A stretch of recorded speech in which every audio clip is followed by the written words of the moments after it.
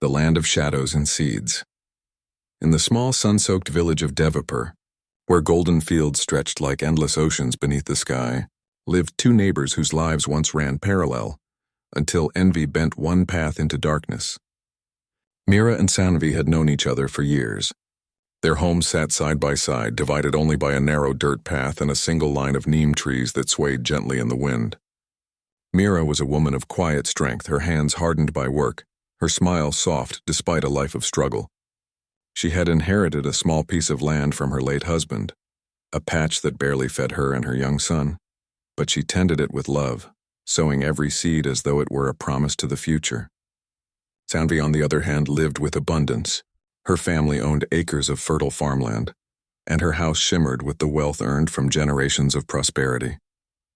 She was admired for her beauty, envied for her comfort, and feared for her temper. But somewhere beneath the surface of her success, a fire burned, a fire stoked by pride, insecurity, and the constant need to have more than anyone else. When the rains came late one year, the fields of Devapur withered. Crops failed, wells ran dry, and despair crept across the village like a slow-moving shadow. Mira's land, though small, somehow survived. Her soil stayed rich, her crops green, her harvest abundant. Each morning she walked barefoot across her field, whispering gratitude to the earth that still gave when others could not. The sight of Mira's thriving crops became a thorn in Sanvi's pride. How could a widow with a single acre do better than she? The owner of vast lands and modern irrigation. Rumors began to swirl, whispered words at the well, murmurs in the market, that Mira's prosperity was unnatural. Some said she used witchcraft. Others said she had hidden gold in her soil.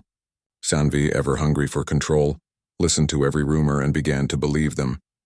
One evening, as the sun dipped below the horizon and painted the sky in shades of blood and amber, Sanvi stood at the edge of her balcony, her gaze fixed on Mira's green fields. The envy within her hardened into intent.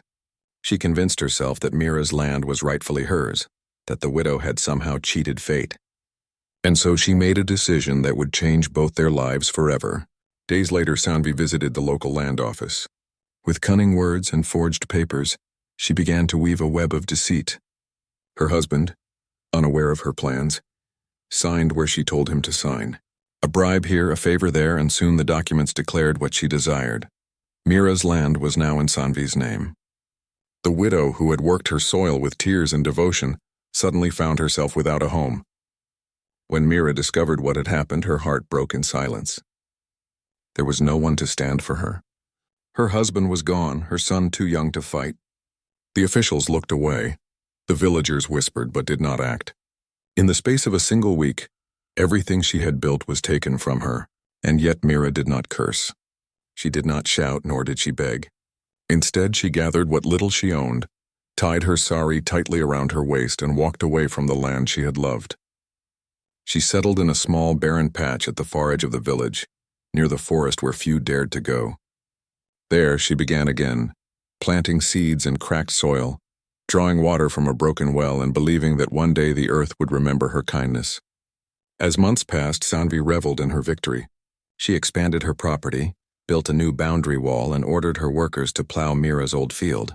But from the very first day, strange things began to happen. The soil, once fertile, turned hard and dry. The water from the well near the field grew bitter, killing the new crops before they could sprout. Tools broke without cause, animals refused to enter the land, and workers quit in fear after falling sick. Sanvi blamed them all.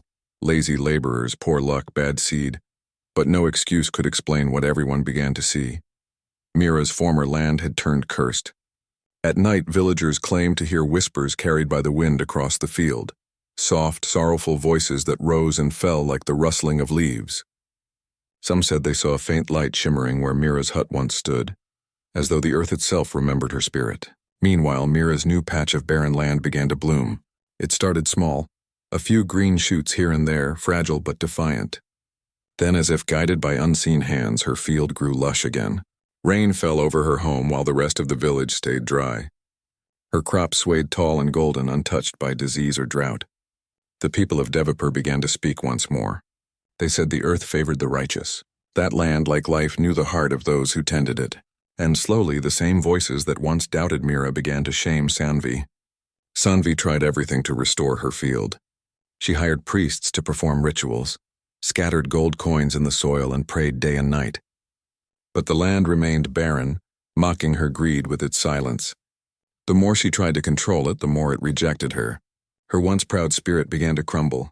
Her wealth started to vanish, crops failed, debts grew, and her workers left one by one.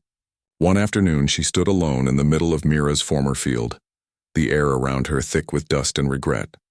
The earth cracked beneath her feet, and for the first time she felt its emptiness seep into her soul. It was then she understood. The land had never belonged to her. It had only ever answered to love, not ownership. As the monsoon returned the following year, rain poured across Devapur. Sanvi's fields flooded and washed away her remaining crops. But Mira's little patch, bordered by wildflowers and shaded by the forest's edge, thrived once again. The widow's harvest overflowed. She gave freely to the villagers who had once turned away, sharing food with anyone who came to her door. And though she never spoke of Sanvi or the pain of her past, her kindness became her strength. Her name spread beyond Devapur as a symbol of resilience and grace. Sanvi, stripped of wealth and pride, could no longer bear the whispers that followed her. She withdrew from the world, her once glorious home falling into decay.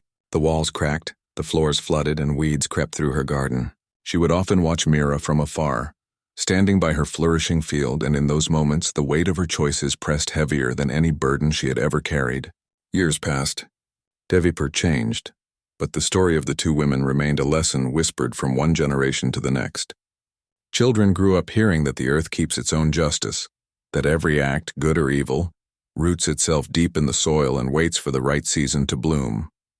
One evening, when the sun dipped low and painted the sky in familiar shades of red and gold, Mira walked to the edge of her field. The wind brushed against her face, carrying the scent of rain and wild jasmine. She closed her eyes, feeling peace at last. Far away in the crumbling remains of her once great house, Sanvi sat alone by the window watching the same sky. For the first time in years, tears filled her eyes, not of anger but of understanding. She realized that she had not lost her land to Mira. She had lost it to her own greed. As night fell over Devapur, a gentle rain began to fall, soft and forgiving. It washed the dust from the roads, the stains from the walls, and perhaps a little of the darkness from Sanvi's heart. The earth, it seemed, had spoken once more, and somewhere between the sound of the rain and the whisper of the wind, a truth lingered, quiet but eternal. What you plant, you harvest. What you steal, you lose. What you give returns to you 1,000-fold. For in the balance of life and land, karma never forgets.